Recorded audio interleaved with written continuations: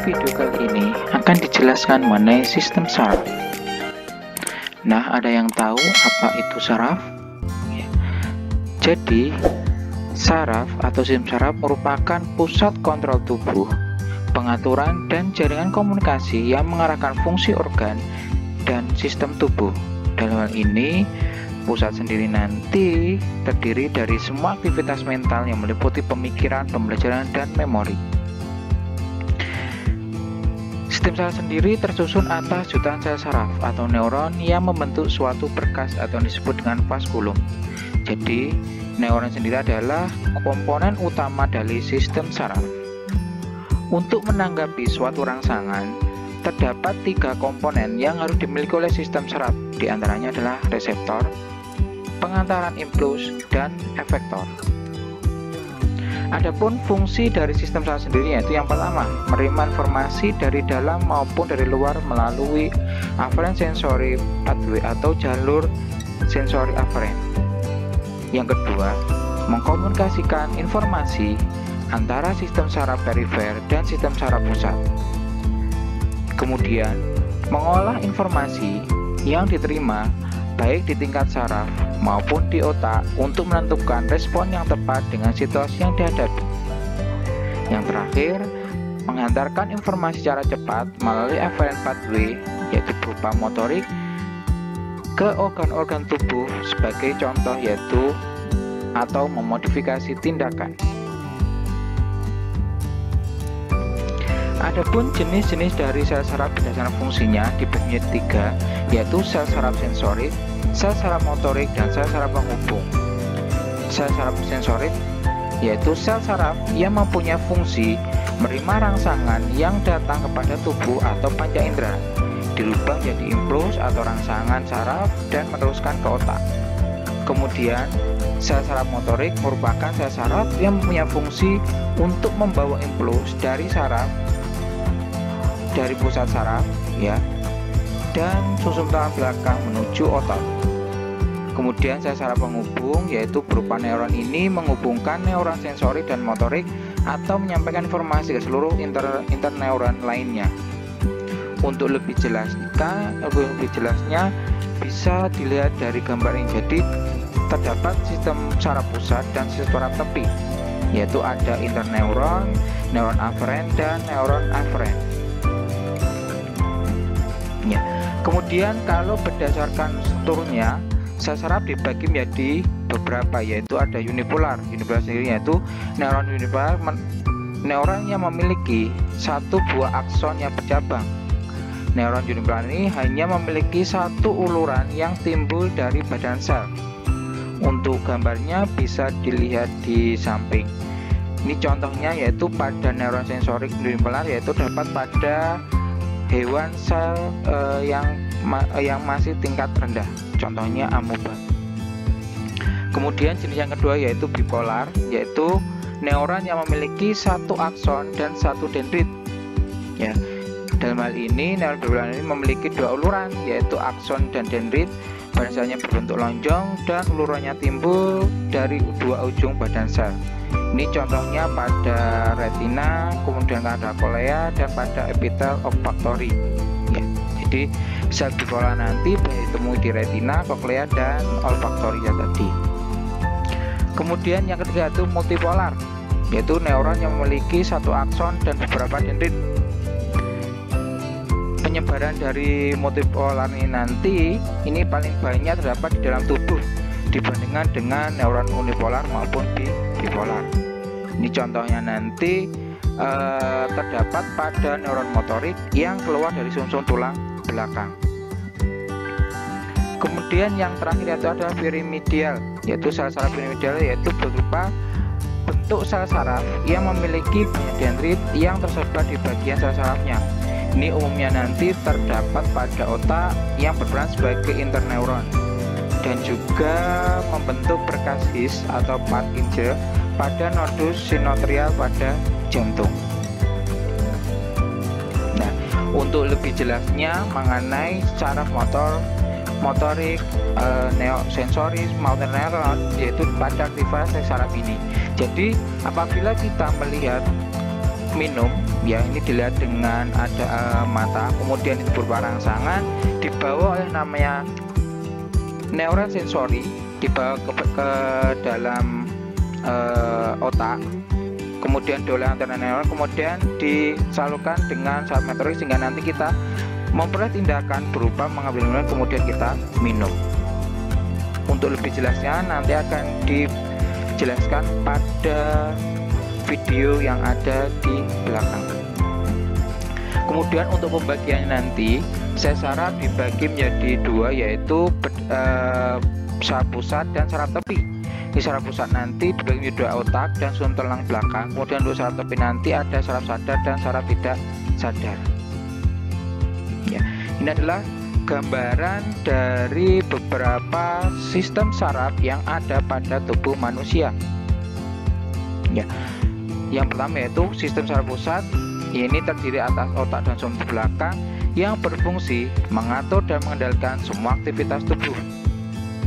Ya, dalam hal ini sistem saraf nanti ini ada yang terdapat ada meninges ya, atau selaput bening saraf ini terdiri dari perimeter, akronoid dan durameter. Yaitu perimeter nanti ada berupa lapisan dalam, ini biasanya berupa pembuluh darah, kemudian akrometer berupa lapisan tengah, dan durameter biasanya lapisan luar berupa membran tebal atau fibrosa yang melapisi dari tengkorak.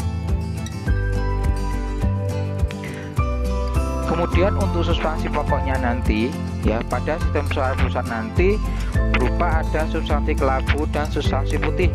Ini biasanya pada otak, yaitu berupa grisia dan alfa maupun apa ya. Grisia nanti kumpulan pada neuron yang terletak pada bagian luar. Kemudian kalau alfa nanti adalah kumpulan saraf itu sendiri. Kemudian pada otak nanti pada bagian kelabu nanti terletak pada bagian luar. Kemudian pada putih nanti terletak pada bagian dalam. Kemudian kalau pada sumsum tulang belakang nanti sebaliknya, yaitu putih nanti yang dia terletak pada bagian luar dan kelabu nanti yang terletak pada bagian dalam. Nah, ini adalah gambaran dari sistem saraf yang ada pada sistem saraf tepi, yaitu pada otak maupun pada sumsum tulang belakang. Ya. Kemudian yang selanjutnya itu adalah sirip saraf tepi nanti sendiri atau sistem perifer nanti berfungsi sebagai perantara komunikasi antara sistem saraf pusat dan seluruh bagian tubuh. Dalam hal ini sistem saraf perifer nanti berkomunikasi dengan seluruh bagian tubuh melalui saraf kepala atau cranial nervous dan spinal nervous atau saraf pada tulang belakang. Ya. Kemudian untuk saraf tepi nanti ini dibagi menjadi dua, yaitu yang pertama yaitu somatis.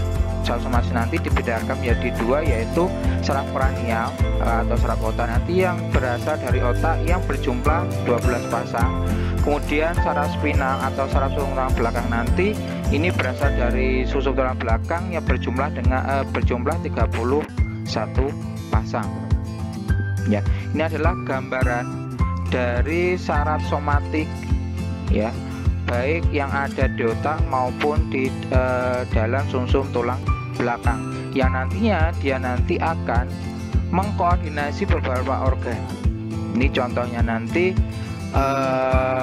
sensoris pada mata, ini nanti dia dikoordinasi dengan saraf nomor 2 dan lain sebagainya. Kemudian untuk yang tulang belakang nanti yang dibagi menjadi beberapa tadi ya, jadi nanti ada beberapa pembagian yang dimana nanti setiap saraf pada saraf tulang belakang nanti akan mengkoordinasi dari beberapa bagian dari tubuh kita. Kemudian yang kedua nanti adalah autonom ya, ini bagi menjadi dua, yaitu saraf simpatik dan parasimpatik. Yaitu saraf simpatik nanti adalah dia sistem kerjanya nanti pada umumnya merangsang kerja organ. Ini contohnya nanti adalah pengendalian derajat vasokonstriksi di kulit, kemudian yang menyebabkan pengendalian kecepatan pengeluaran keringat, kemudian pengendalian frekuensi denyut jantung, pengendalian tekanan darah, pengamatan sekresi dan gerakan gastrointestinal, dan juga meningkatkan metabolisme dari sel tersebut ya, dan contoh-contoh yang lainnya. Kemudian untuk yang kedua yaitu saraf parasimpatik nanti adalah ini biasanya sim kerja nanti pada umumnya akan menghambat kerja di organ tersebut dan nanti akan mengendalikan kefokusan mata dan didilatasi pupil. Kemudian mengendalikan sekresi kelenjar ludah, jantung, sekresi lambung, dan sekresi dari pankreas itu sendiri. Ini adalah gambaran dari perbandingan antara saraf parasimpatik dan saraf simpatik itu sendiri. Ya, jadi ada yang dia nanti mengendalikan dan ada nanti dia yang tidak dikendalikan. Kemudian pembagian dari saraf topi nanti kalau berdasarkan arah impulsnya nanti akan dibagi menjadi berupa sistem saraf eferen dan saraf aferen dan saraf eferen. Jadi kalau aferen nanti adalah dia nanti yang membawa impuls saraf dari reseptor menuju sistem saraf pusat. Kemudian kalau saraf eferen nanti adalah yang membawa impuls atau rangsangan saraf dari sistem saraf pusat ke efektor itu sendiri. Ya, kemudian untuk bagian-bagian dari saraf nanti, ya nanti ada namanya dendrit, kemudian ada badan sel, akson, selubung mielin, sel sekuan, nodus Revier, dan sinapsis. Oke. Kita bahas satu-satu. Yang pertama yaitu berupa badan sel. Badan sel ini adalah merupakan bagian yang paling besar dari sel saraf yang mengandung inti tunggal. Jadi dalam sel saraf, dalam badan sel nanti terdapat yang namanya inti sel. Jadi ini nanti fungsinya nanti untuk menerima rangsangan dari dendrit dan meneruskan lagi ke akson. Kemudian yang kedua nanti ada dendrit. Dendrit sendiri nanti adalah merupakan serabut sel saraf pendek yang bercabang-cabang seperti halnya cabang-cabang pohon dan merupakan daerah reseptif neuron yang berfungsi untuk menerima dan mengantarkan rangsangan ke badan sel itu sendiri.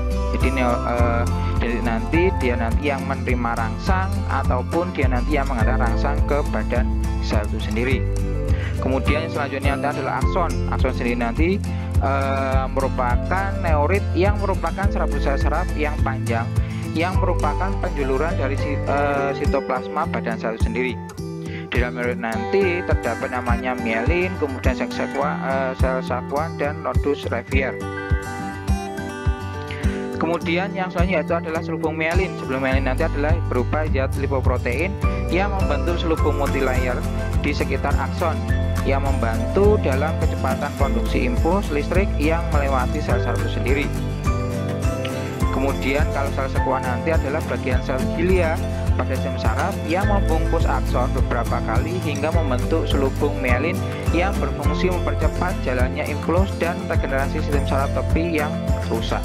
Jadi sekuan nanti dia fungsinya nanti dapat mempercepat dan juga nanti dia dapat meregenerasi atau istilahnya nanti dia akan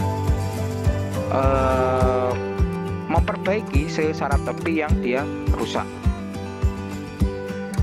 Kemudian yang selanjutnya nanti pada bagian akson yang selanjutnya yaitu berupa nodus of Revier, yaitu berupa bagian akson yang tidak diselubungi oleh mielin yang punya nanti juga akan mempercepat impuls. Jadi di dalam akson nanti ada yang diselubungi dengan selubung mielin dan ada bagian yang tidak diselubungi dengan selaput mielin.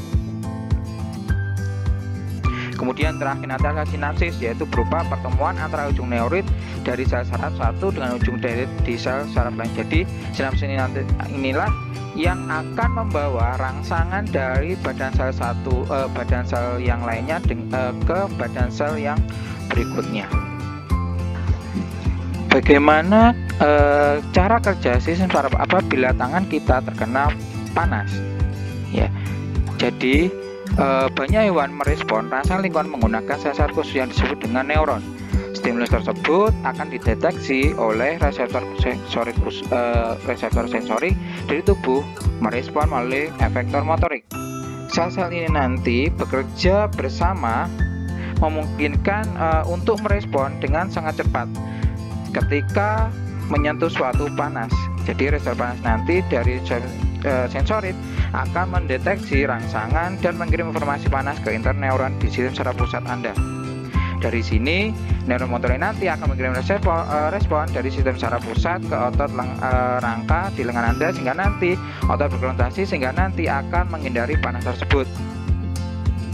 Adapun proses transmisi saraf nanti yang mendasari tindakan yang terjadi neuron di seluruh tubuh, neuron nanti akan mentransmisikan informasi tersebut melalui perubahan potensi listrik dari membran melalui pergerakan ion melintasi membran.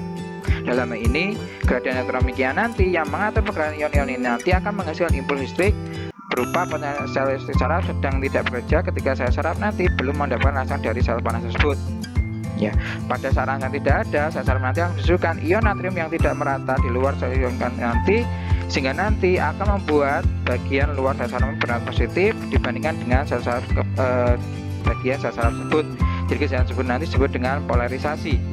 Ya, jadi proses transmisi dari ion natrium kalium nanti akan mempengaruhi dari polarisasi yang ada di dalam sel saraf. Ya, adapun adanya depolarisasi nanti cukup besar nanti sehingga nanti akan menyebabkan potensial aksi impuls listrik nanti memperhatikan impuls listriknya untuk memperkuat aksinya di semua akson. Jadi potensi aksi nanti bergerak menurun akson ketika depolarisasi area membran menyebabkan saluran ion natrium yang berdekatan membuka. Masuknya ion natrium nanti akan menghasilkan depolarisasi membran di sepanjang membran. Setelah penundaan singkat, saluran ion natrium terbuka dan ion kalium nanti akan keluar. Ya, sehingga nanti repolarisasi membran nanti akan terjadi. Ya, agar neuron aktif kembali, potensial membran nanti akan membutuhkan waktu untuk istirahat agar kembali stabil. Dengan adanya enzim ATP natrium kalium nanti yang digunakan untuk memindahkan ion natrium dan kalium yang terhadap gradien konsentrasinya. Jadi adanya perpindahan ion natrium kalium nanti disebabkan adanya enzim ATPase sodium potasium. Ya, sehingga nanti ion natrium nanti bisa kembali seperti semula. Ya, jadi berupa karena potensial aksi bergerak nanti menurun akson, ion nanti hanya bergerak mendifusi dalam arah jarak pendek, mempunyai sinyal bergerak dengan cepat. Pada terminal akson, impuls listrik nanti berpindah dari sel lain kepada koneksi seluler yang disebut dengan sinapsis. Ya, pada ruang antara neuron presinapsis nanti dan sel postsinapsis nanti yang terdapat disebut dengan jelang sinapsis. Ya, neuron prasinapsis nanti akan mengandung molekul sinyal yang disebut dengan neurotransmitter yang dikemas di dalam vesikula. Jika impuls telah sampai di ujung sinapsis, menyebabkan peningkatan permeabilitas membran prasinapsis terhadap ion Ca2+ yang mengakibatkan ion tersebut melebur dan dengan membran prasinapsis. Ketika potensial aksi mencapai ujung neuron, neurotransmitter nanti dilepaskan oleh eksotisosis dari neuron ke jalan sinaptis, ya, yaitu neurotransmitter nanti akan mengikat sel-sel berkaitan situs reseptor yang berhubungan dengan saluran ion. Saluran ion terbuka, kemudian pergerakan ion masuk atau keluar dari sel efektor untuk mengubah potensial membran sehingga mentransmisikan sinyal dari neuron ke sel efektor. Akibatnya impuls saraf bergerak sangat cepat ke akson arah bergerak ke sel saraf melintasi sinapsis. Adanya hal tersebut, tubuh kita akan merangsang berupa pengangkatan tangan apabila ada rangsangan berupa panas apapun yang lainnya. Kemudian kejadian selanjutnya yaitu berupa sinaps dan neurotransmitter. Jadi sinaps nanti adalah merupakan titik temu antara ujung neurit dan akson atau akson dari satu neuron dengan ujung dendrit dari neuron lainnya. Di setiap ujung neurit nanti akan membengkok membentuk bonggol yang disebut dengan bonggol sinapsis. Kemudian sebelum impuls dapat menyeberangi celah sinapsis harus diubah menjadi sinyal kimia. Jadi sinyal-sinyal ataupun impuls nanti yang awalnya dia berupa rangsang nanti dia harus diubah menjadi sinyal kimia berupa nanti pengubahan ion natrium dan ion kalium yang tadi disebutkan di video tersebut, yaitu adanya perubahan yang diubah dengan adanya enzim ATPase natrium kalium. Jadi untuk mekanisme sinapsisnya nanti yaitu molekul dari neurotransmitter nanti akan disintesis dari baklusar dengan mengkatalis enzim tersebut, yaitu enzim ATPase natrium kalium. Kemudian molekul neurotransmitter nanti akan disimpan di dalam vesikel. Ya, jadi vesikel nanti akan menyimpan neurotransmitter nanti. Kemudian neurotransmitter nanti yang akan bocor dari vesikal nanti degradasi oleh enzim tersebut. Ya, kemudian adanya potensi ASI nanti menyebabkan vesikel bergabung dengan membran presinap dan melepaskan neurotransmitter ke dalam vesikel. Ya, kemudian neurotransmitter nanti akan dilepaskan, akan berikatan dengan autoreseptor dan menghambat pelepasan neurotransmitter berikutnya. Kemudian langkah selanjutnya itu molekul neurotransmitter nanti yang akan dilepas nanti berikatan pada reseptor post sinapsis tentu. Kemudian baru molekul neurotransmitter nanti yang dilepas nanti akan diaktifasi baik oleh uptake maupun degradasi dari enzimatik, sehingga nanti proses sinapsis atau proses pengantaran impuls nanti akan terjadi antara bagian sel saraf satu dengan bagian sel saraf yang lainnya. Terima kasih atas perhatiannya. Sampai jumpa di video berikutnya. Salam EduScience Indonesia.